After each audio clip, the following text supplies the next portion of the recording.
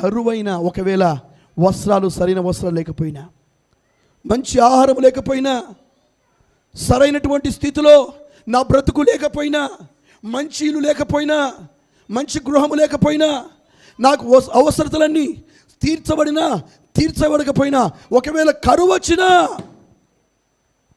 వచ్చినా కానీ ఆ కరువులో నేను క్రీస్తు వైపే చూస్తాను తప్ప ఆ కరువు నా దేవుని దూరము చేయలేదు, నా దేవుడి ప్రేమ నుండి దూరము చేయలేదు, నా దేవుని ప్రేమ నుండి ఎడబాపలేదు. ఎందుకంటే నేను క్రీస్తు ప్రేమతో నా పూర్ణ హృదయముతో